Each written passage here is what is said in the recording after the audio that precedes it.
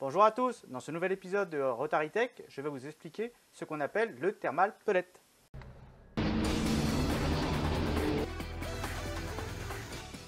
Avant toute chose, il faut savoir qu'au milieu de l'excentrique, comme on l'a vu dans la vidéo sur l'excentrique justement, je vous mettrai le lien en description, à l'intérieur du moteur, on a un système qui vient projeter de l'huile à l'intérieur du rotor, à l'intérieur, dans toutes les gorges là, voilà. Ce qui se passe, c'est que c'est un système qui vient envoyer de l'huile pour refroidir l'intérieur des rotors, mais quand on démarre la voiture à froid, ce système ne se met pas en route tout de suite. En fait, le moteur monte d'abord en température, il y a un clapet qui s'ouvre, un peu comme à la manière d'un thermostat d'eau sur le réseau d'eau qui est bien connu, ou Calorstar. Voilà. Donc ce clapet est fermé, on démarre la voiture, l'huile chauffe, une fois qu'elle atteint une certaine température et une certaine viscosité, le petit clapet s'ouvre et vient refroidir l'intérieur des rotors.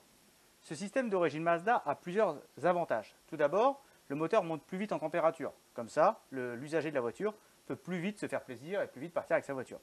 Il a un chauffage plus rapide également, il pollue également moins plus rapidement, puisque forcément le moteur monte vite en température, il pollue moins, et c'est parti.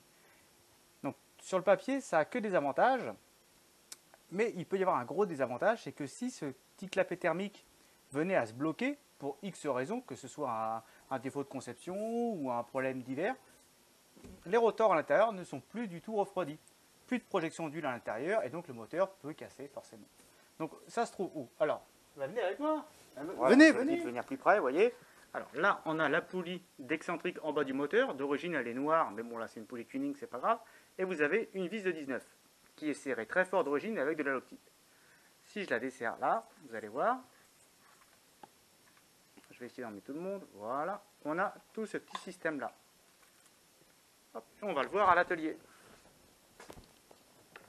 Donc, on a notre vis, bon ça c'est une vis classique de 19, notre ressort pour maintenir le tout en place, et justement le petit clapet bipasse, vous voyez. Alors hop, je vais essayer de me poser là, voilà, bien pratique ce petit rotor, et regardez, hop là, voilà. Donc en fait, ce système, il vient se monter là, comme ça, voilà, et dès que, là il est fermé, et dès que le moteur est assez chaud, que l'huile est assez chaude, il va venir s'ouvrir, hop, et laisser passer l'huile pour refroidir le rotor. Par contre, il suffit que la petite tige là, je la tordre, ou alors que pour une raison le ressort casse, ça peut rester fermé et du coup c'est jamais refroidi. Du coup, les gars de chez Atkins, ils sont malins, ils nous ont inventé ce qu'on appelle le thermal pellet, cette petite pièce là, qui vient en substitut de ce clapet. Ça on l'oublie, hop, on met ce petit clapet ici, on met le ressort, s'il veut bien rester là, pardon, ici, et voilà, le système comme ça est annulé.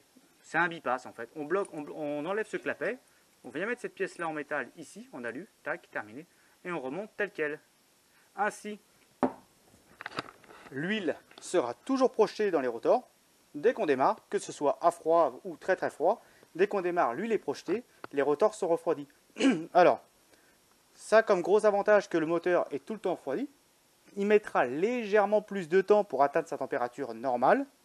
Je parle en connaissance de cause parce que toutes les huiles que j'ai faites, dont par exemple ma turbo, vous avez déjà vu sur la chaîne, mais je vous la présenterai d'ailleurs, ce serait intéressant, met un peu plus de temps à chauffer au démarrage, mais on a l'esprit tranquille, on sait que les rotors sont tout le temps refroidis, et ce système-là que Atkins a développé est infaillible. A savoir que c'est un clapet ce bypass est donné dans tous les kits rebuild Atkins. Dès que vous achetez un kit rebuild, que ce soit le basique ou le master kit, vous aurez ce petit clapet, ce bypass pour virer le clapet d'origine, pardon, je me perds. C'est une pièce également que vous pouvez retrouver sur le shop de W Autosport, ça vaut moins de 12 €, donc franchement si vous pouvez le faire, c'est une bonne modification. Le plus dur, c'est de venir débloquer la vis de 19 à l'avant du moteur. Parce que cette vis là, elle est serrée à plusieurs centaines de newtons de force, et surtout elle est collée. Donc avant d'essayer surtout, déjà il faut réussir à bloquer le moteur, ce qui n'est pas facile, et chauffer au décapeur thermique pour casser par réaction, par un choc thermique la colle qui est mise d'origine parce que la vis est serrée très fort. Une fois que vous avez fait ça, vous mettez votre petit clapet là, comme ça, hop, je vais le faire à une main, hop, alors je remets mon petit ressort, je remets mon petit clapet, hop, comme ça, voilà. Et voilà.